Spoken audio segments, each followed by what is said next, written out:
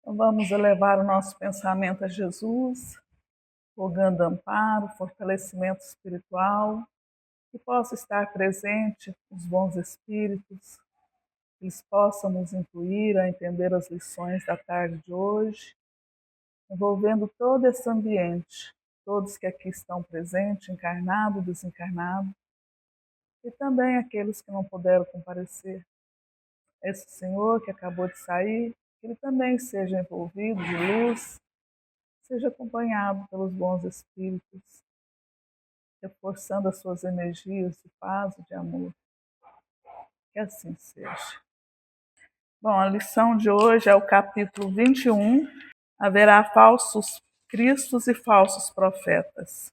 O item é o item 9, que é o caracteres do verdadeiro profeta. O espírito responsável por essa mensagem, Erasto, foi em Paris, 1862. Então, a lição ela é bem grande, eu vou fazer alguns parágrafos mais importantes que eu achei. Então, os caracteres do verdadeiro profeta. Desconfiai dos falsos profetas. É útil em todos os tempos essa recomendação, mas sobretudo nos momentos de transição, em que, como no atual, se elabora uma transformação da humanidade. Porque então uma multidão de ambiciosos intrigantes se arvoram em reformadores e messias. É contra esses impostores que se deve estar em guarda, correndo a todo homem honesto o dever de os desmascarar. Perguntareis sem dúvida, como reconhecê-los? Aqui tens o que os assinala. Somente a um hábil general capaz de dirigir-se confia o comando de um exército.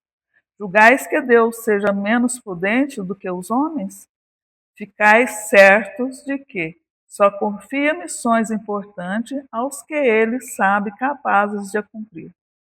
Porquanto as grandes missões são fardos pesados, que esmagaria o homem. Então a gente vê comunicações, a gente vê tanta coisa que não bate, que não tem muita lógica. Então nós temos que ter muito cuidado com essas mensagens que a gente lê. Livros que são editados, que não são confiáveis, a gente tem que analisar se são através da FEB. Então, a gente tem que analisar até o que a gente lê, as mensagens que a gente vê pela internet. E muitas religiões que surgem, muitas coisas que estão surgindo, que não tem nem nome, que surge assim de repente, e multidões começam a. Então, muitas coisas que acontecem, muitas religiões que chegam, que não tem nada a ver, que a gente ouve assim pregações e as pessoas acreditam. Por quê? Porque há aquela fé cega, aquelas pessoas que não, justamente são as que mais sofrem, são aquelas que desejam as coisas como um milagre, são aquelas que acreditam que vão receber de graça, que elas não têm que fazer a sua reforma íntima, então elas vão lá em determinado lugar e as coisas vão melhorar e vai mudar. E elas vão receber aquilo. Então não é aquela fé cega, não é aquela fé raciocinada. Então as pessoas vão em busca justamente por causa do sofrimento. E essas seitas, essas coisas que vão surgindo aí, que muitas vezes não tem, a gente nem sabe quais são, não é criticando ninguém, porque nós temos as religiões antigas, né, que estão aí até hoje, que são confiáveis, mas é o ser humano que muitas vezes se diz profeta, que se diz alguém que não é. Então, como a gente vai reconhecer essa criatura? Pela sua moral, pela sua forma de agir, por aquilo que ela, não pelo que ela fala, mas pelas atitudes, pelos sentimentos, porque falar, eu posso falar. Até tem um ditado que fala que o peixe morre pela boca, né? Porque eu posso falar muitas barbaridades, muita coisa e as pessoas acreditar, mas aí eu vou ver a conduta da pessoa que está falando. Eu posso falar coisas bonitas, eu posso pregar, e levar multidões a me ouvir. Mas e a atitude daquela pessoa fora dali? E o que ela faz? Qual que é a vivência dela? Qual que é a vida dela? Qual que é as atitudes delas? Então, nós vamos reconhecer pelo exemplo. E Deus, na sua misericórdia, Ele só dá grandes missões. É como se Ele desse o exército não vai dar uma grande missão a um general que não seja capacitado. Então é a mesma coisa, Deus não dá uma grande missão a quem não tem capacidade, a quem não tem força moral. Então nós temos que analisar isso. Mas quando nós falamos de verdadeiros profetas ou falsos profetas, nós não podemos olhar só a segunda ou a terceira pessoa. Nós temos que olhar também a nós. Porque nas pequenas atitudes que nós muitas vezes praticamos, que existe os falsos, esse falso profeta, até que não é por maldade, mas pela ignorância. Muitas vezes pela nossa ignorância ainda, porque nós não sabemos tudo. Muitas coisas nós ignoramos. Então, o que vai nos fazer trilhar um caminho correto? Os ensinamentos de Jesus, o Evangelho, aquilo que ele ensinou. Se somos espíritas, Jesus e as obras básicas, né? E as obras confiáveis dentro do espiritismo. Mas se não somos espíritas, tá aí a diretriz que todas as religiões têm em comum, o Evangelho de Jesus. Então é uma diretriz segura. Se ainda não sabemos como agir corretamente, nós vamos seguir como diretriz o Evangelho. Muitas vezes nós cometemos pequenos erros que não temos noção que está errado, mas está errado. Então, nesses momentos, nós também temos que ter muito cuidado, porque senão vamos nos tornar também falsos profetas, falsos cristãos, né? Porque além daqueles que estão aí encarnados, que sabem muito bem o que estão fazendo, que sabem o que estão fazendo, são aqueles que manipulam a inteligência, eles sabem como chegar numa pessoa, eles usam as fraquezas alheias, então eles estudam essas fraquezas, é igual os políticos fazem isso, estudam as fraquezas das pessoas para falar aquilo que as pessoas precisam ouvir. Assim dentro das religiões também, dentro da vida, né? Mas existem aqueles que não têm ainda o conhecimento e que não sabem. Então eles vão seguir os ensinamentos de Jesus, orar e vigiar.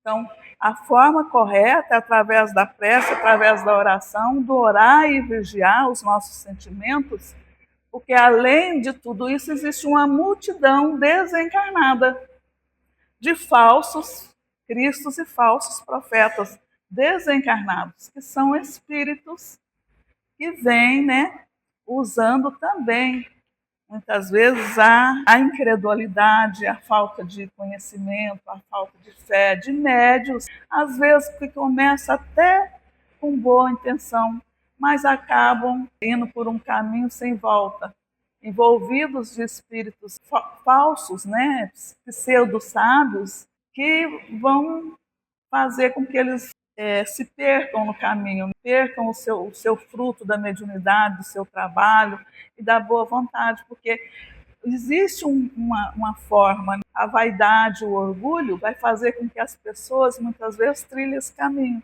porque elas querem, eu sou, eu sei, eu posso, que é o orgulho, e não aceitam que estejam falhando, e não observam, e acabam caindo no erro. E aqui mesmo fala sobre isso. A vez de concluir que o verdadeiro missionário de Deus tem de justificar pela sua superioridade, pelas suas virtudes, pela grandeza, pelo resultado e pela influência moralizadora de suas obras. A missão que diz portador. Tirai também estas consequências. Se pelo seu caráter, pelas suas virtudes, pela sua inteligência, ele se mostra abaixo do papel que se apresente, ou da personagem sobre cujo nome se coloca, mas não é do que um histrião de baixo estofo, que nem sequer sabe imitar o modelo que escolheu. Então a gente vai reconhecer, às vezes, pela pessoa está querendo ser uma coisa, mas ela não sabe, fala coisas absurdas, o modelo que ela está seguindo não é o modelo cristão. Então a gente vai analisando, se a gente não tem o mínimo de conhecimento, mas seguindo Cristo, tendo conhecimento do Evangelho, a gente vai logo perceber que aquela pessoa ou nós não estamos corretos no nosso caminho.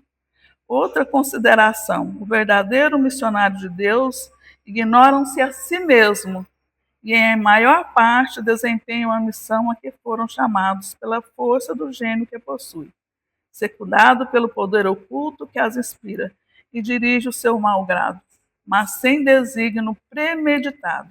Numa palavra, o verdadeiro profeta se revelam por seus atos, são adivinhados ao passo que os falsos profetas se dão eles próprios como enviado de Deus. O primeiro é humilde e modesto, o segundo é orgulhoso, cheio de si. Fala com altivez e, como todos os mendazes, parece sempre temeroso de que não lhes deem crédito. Geralmente são pessoas que se institulam, né? Ah, eu sou um profeta, eu sou um enviado de Deus. E o verdadeiro, ele é simples, ele é humilde, ele não fala nada disso. A gente vê o Chico Xavier sempre dizendo, quando alguém elogiava, ele falava, não, eu sou um cisco, eu sou um fiapo de areia, um fiapo de capim. Então, ele era humilde. Nas coisas que ele recebia, se ele recebia um presente ou algo, ele já passava imediatamente para uma obra de caridade. Jamais ele utilizou para o bem próprio as coisas, o que ele fez, a mediunidade dele. Então, muitos usam em bem próprio a mediunidade. Quer dizer, começa fazendo a caridade, de repente vai ganhar dinheiro com aquilo. Está usando em bem próprio. Então, o verdadeiro profeta, a gente adivinha pelas atitudes dele. E o segundo é vaidoso, é orgulhoso, se institula. Eu sou o profeta, eu sou o enviado do Cristo, eu sou o Cristo. E existe vários Cristos que falam que acontece de estar aí em vários pontos do mundo, gente se institulando que é a reencarnação do Cristo, para que as pessoas acreditem nele. Geralmente, eles acabam sendo descobertos, porque se você conversar com ele meia hora, se há um espírito também, ele se desmente pela sua fala, né? Pelo que não tá dentro daquilo que é verdadeiro, o que ele faz, as atitudes que ele faz. Nesse pedacinho aqui, eu me lembrei de tipo um conto, né? Uma história de Irmã Dulce, que ela, quando era bem jovem, assim, ela estava num convento e ela não queria ficar lá. Ela não achava certo ficar dentro lá do convento só orando. Ela queria sair para o mundo, sair para fora. E a amada superior falava que ela era muito novinha ainda para sair aí pelo mundo fazendo as coisas, que o mundo não era assim tão fácil, né? Ah, mas ela queria, e ela sabia que ela tinha tanta luz, tanta energia boa e feliz, e ela era uma criatura assim, muito carismática, então ela falava, mas eu quero, eu sei de um hospital, então eu vou trabalhar lá, fazer alguma coisa lá, ver qual lugar que eu posso ser útil. E aí, antes que a amada respondesse, que a amada, ela não deixava a amada falar não, ela ia, dava um beijo nela e falava assim, ai, muito obrigado, amada. Quer dizer, antes de responder para ela que não podia, ela já agradecia, e aí a amada sorria, né, dava um beijo no rosto dela, e ela acabava conseguindo o que queria. E foi para o hospital e trabalhou, mas tinha uma ala que tinha pessoas que estavam lá recebendo cuidado paliativo. Eram pessoas assim então ela gostou muito daquela área. Eram pessoas assim que não tinham família, que que estavam na rua, e estavam ali com doenças, algumas terminais e outras porque não tinha mesmo lugar para onde ir. E ela ficava lá conversando, atendendo. De 6 pacientes, só sobraram 3, o que o resto estava em cuidado paliativo, né, acabaram morrendo. E aí a ala do hospital estava passando por uma dificuldade, falou que não ia ter condição de ficar com aqueles 3 que sobraram. Mas para onde eles iriam? Ah, nós não sabemos, não podemos ficar com eles aqui. Mas eles não têm família, eles vão para a rua? Nós vamos dar alta para eles. Para onde eles vão, eu não sei. Mas aqui no hospital eles não podem ficar. Aí disse que ela falou, mas eu não posso deixar eles ir para a rua, não, que eram bem velhinhos, eram pessoas que não tinham família, não tinham para onde ir. Então ela chegou no convento, levou os 3. E aí a amada, mas como? Nós não temos recurso, nós não temos lugar, né? Aonde que a gente vai colocar? Porque esse paciente era homem e o convento acho que era feminino. E aí elas, mas Má, tem um lugar lá no fundo que elas tinham feito para. Ela era tipo um galinheiro, mas elas não criaram galinha lá, então estava lá inútil. Vamos pintar, limpar, reformar, e eles ficam lá. A gente cuida deles, depois eles passam também a ajudar. Mas aí, ela, antes da Amada responder, ela já deu um beijo na Amada e já falou muito obrigada. E limpou o ambiente lá e foi e recolheu esses pacientes lá. Com o tempo eles foram melhorando e ela ia na feira, disse que era em Salvador. Na feira ela ia e pedia recursos.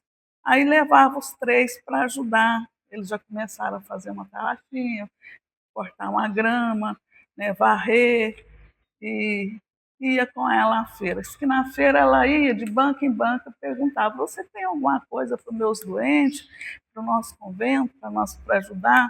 E aí as pessoas davam, mas ela não aceitava mais que um. Se alguém ia dar uma vasilha de chuchu, ela falava assim, não, dê só um chuchu, só 1 quilo de tomate, porque eu vou na outra banca e todo mundo tem a oportunidade de fazer caridade. Não só um. Se um quisesse dar tudo, ela falava, não, nós vamos em todas as bancas, que aí todos vão ter a oportunidade de ajudar. E assim ela ia. Diz que tinha um senhor que odiava ela.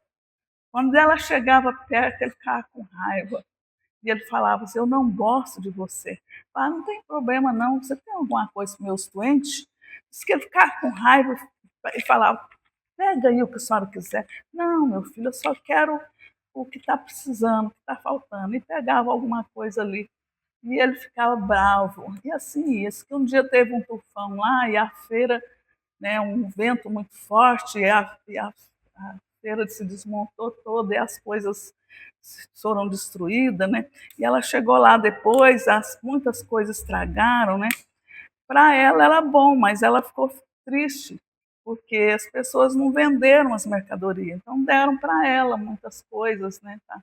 E aí ela chegou na banca desse senhor e ele estava lá, assim, bravo, né? Porque não tinha vendido nada e além de tudo tinha muitas coisas que tinham estragado, e ele estava separando tudo.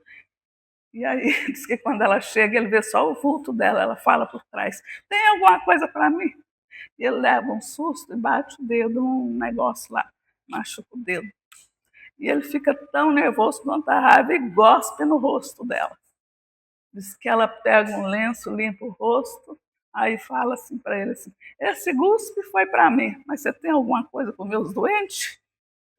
Diz que ele falou assim, a senhora não tem jeito, leva. E assim foi, né?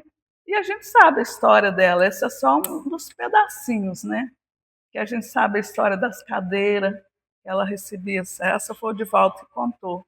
Das camas que ela dormia numa cadeira e não sei se foi o Divaldo que foi lá ou foi o Chico, viu que ela dormia numa cadeira, mandou trazer uma cama. No outro dia uma cama. Nossa, irmã, você dorme na cadeira? É, meu filho, não tem cama. Aí disse que mandou entregar uma cama. Voltou lá dias depois, está ela dormindo na cadeira. Mas, irmã, eu não te dei uma cama. Meu filho, eu durmo nessa cadeira porque todos que vêm aqui me dão uma cama e eu dou para meus doentes.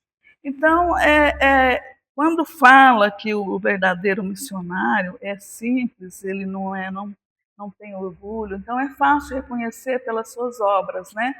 Pelo aquilo que ele faz de bom. Então, muitas pessoas, essa lição eu acho ela assim, é até pesada, né?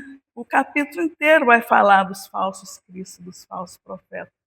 Mas não vamos muito longe, nem olhar para cima, nem olhar para longe, os grandes. Aí a gente olha os políticos, a gente olha os presidentes da República dos outros países, a gente olha todo mundo lá que está fazendo coisa errada, mas não olha para a gente. Porque basta assistir o jornal que a gente vai ver tudo isso. Mas a gente tem que olhar para a gente mesmo, para as nossas atitudes. Será que eu estou fazendo as coisas certas? Eu, quando estava estudando, eu pensei nisso. Porque ele fala aqui que o verdadeiro, aquele que é falso profeta, ele é desconfiado. Ele fica olhando para ver se alguém está falando mal dele. Ele não é, ele é inquieto, ele não confia. Então, não é o verdadeiro profeta, ele não está se importando com o que o outro pensa. Ele simplesmente faz. Se estão pensando mal dele, se estão desejando mal dele, se acreditam nele ou não, ele não pensa nisso. Mas o outro quer aplausos. Então é importante para ele, muitas vezes, saber se alguém está, o que estão pensando dele, né? Então ele é desconfiado. E às vezes a gente tenta se pôr no lugar, né? Em que a gente se enquadra? No qual defeito que eu me enquadro aqui? Fiquei me perguntando. Porque às vezes são pequenas atitudes que a gente, uma palavra que a gente fala para o outro que destrói, né? Um pensamento ruim, né? Um julgamento, o ódio, a falta de perdão, tudo isso nós vamos trazer companhias espirituais, espíritos às vezes muito, ainda que vão se afinar conosco com as nossas atitudes. Então, muitas vezes nós procuramos uma casa espírita porque as coisas não estão dando certo.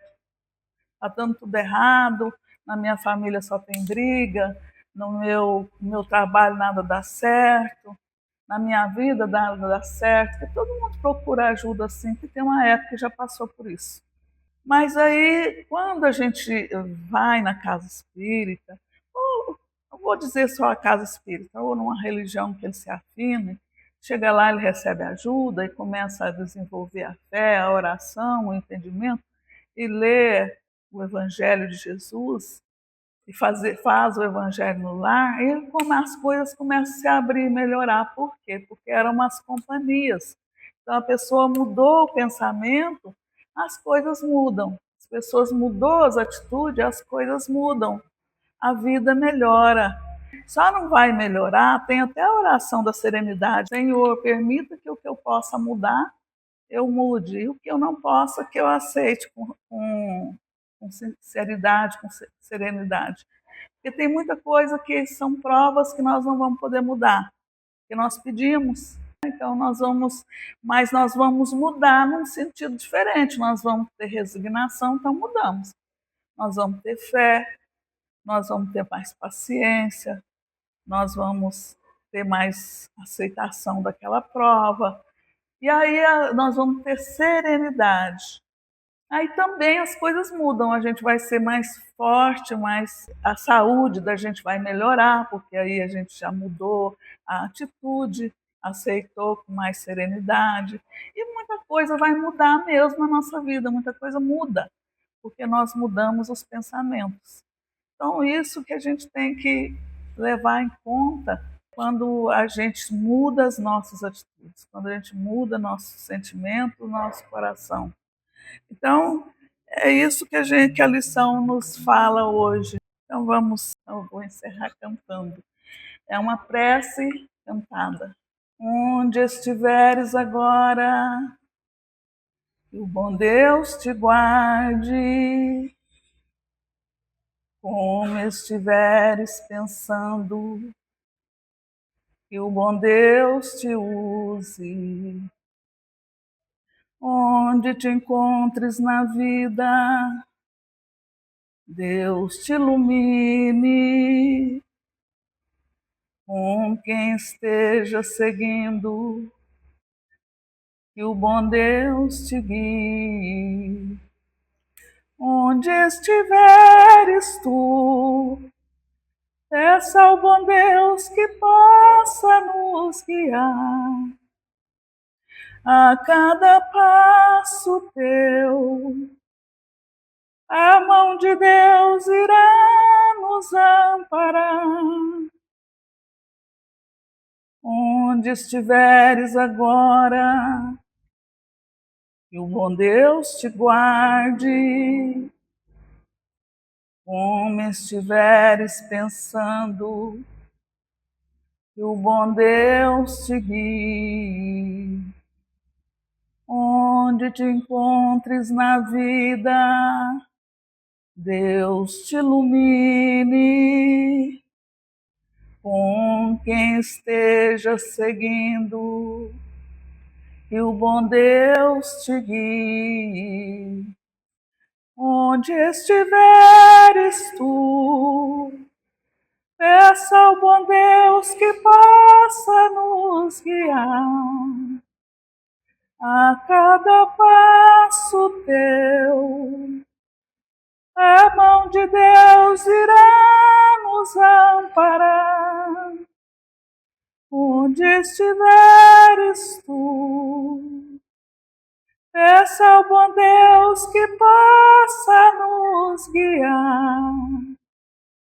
A cada passo teu, a mão de Deus irá nos amparar. Que assim seja. Graças a Deus.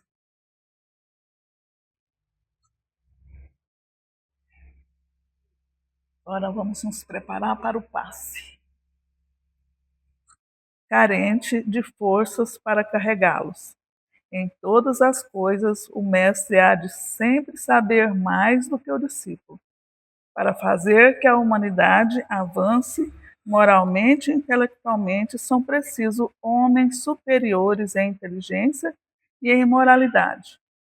Por isso, para essa missão, são sempre escolhidos espíritos já adiantados, que fizeram suas provas noutras existências, visto que, se não fossem superiores ao meio em que tens de atuar, nula lhes resultaria a ação. Bom, aqui deixa bem claro que fala que a gente tem que desconfiar, nesses tempos de transição, dos falsos profetas. Então, achei, assim, marcou muito essa palavra, tempos de transição. E nós estamos numa época de transição, realmente, em que a humanidade caminha agora para uma fase mais regenerada de evolução. Apesar de que a gente vê tantas coisas tristes acontecendo, mas isso significa que estamos passando por essa transição moral.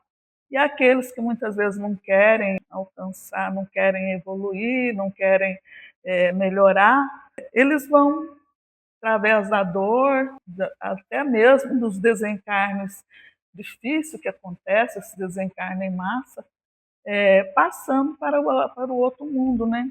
E lá eles vão refletir sobre essa mudança moral que tem que se fazer. E Jesus mesmo disse que esse trigo, esse joio do trigo vai ser separado, separar o joio do trigo. Quer dizer, vai haver essa separação, essas mudanças espirituais, e essas pessoas vão estar desencarnando, já acontece, muitos desencarnam em massa. Não quer dizer que porque as pessoas estão desencarnando em acidentes, em tufões, em vulcões, em acidentes gravíssimos, o que acontece é tudo isso. Não, de jeito nenhum. Não podemos generalizar. Mas essa transição é necessária para que as pessoas possam refletir, e há essa renovação espiritual de cada um. E aqueles que não alcançaram moralmente essa mudança vão reencarnar no outro planeta, talvez menos evoluído que o nosso, para que eles possam começar novamente, pela misericórdia de Deus, porque já que não quiseram nessa existência, nessa terra, melhorar. Então, essa renovação espiritual, nesses tempos de transição, é que a gente tem que observar. Porque vem muitos falsos profetas, que a gente vê muitas coisas. Hoje em dia, não acontece mais assim como acontecia antigamente. E vinham os profetas, falavam nas praças, tudo. Hoje em dia, na internet, é uma coisa muito mais rápida.